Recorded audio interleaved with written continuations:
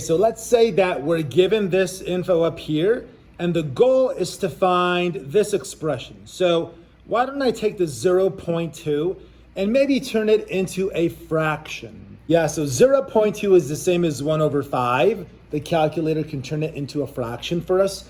And recall that because that's cosine, cosine is adjacent over hypotenuse. So I know that in my picture, my adjacent is 1 and my hypotenuse is 5. So I'm going to draw a basic looking right triangle. So there's my theta, my adjacent is 1, my hypotenuse is 5. Now on Pythagorean theorem, we'd get that the missing side would be the square root of 24. So my right triangle is complete and I have all three sides. So now let's move on to the goal. The goal is sine of theta plus some other stuff. So first things first, let's compute sine theta.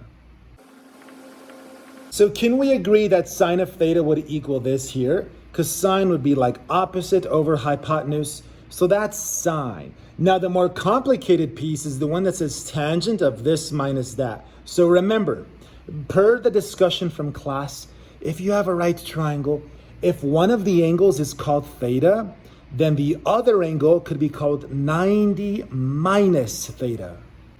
But remember that 90 degrees is the same as pi over 2. So really, I can just change that 90 to pi over 2.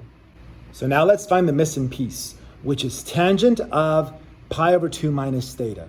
So pi over 2 minus theta is a location. That location would be up here. So we are going to position ourselves right there. All right, so I even put like a little stick figure person right there. And from this location here, we want tangent. So tangent is from here, tangent is opposite over adjacent. So now I know what that strange piece is equal to.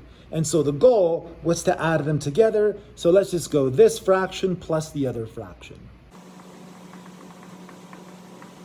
So I'm just going to go ahead and leave my answer like that. Just one of them plus the other one. You don't have to simplify it if you don't want to. I think the textbook might require that you do so. So what you can always do is just type your answer into a calculator and it'll simplify it for you if necessary. So this is my own example. So now why don't you try the one that's on your homework?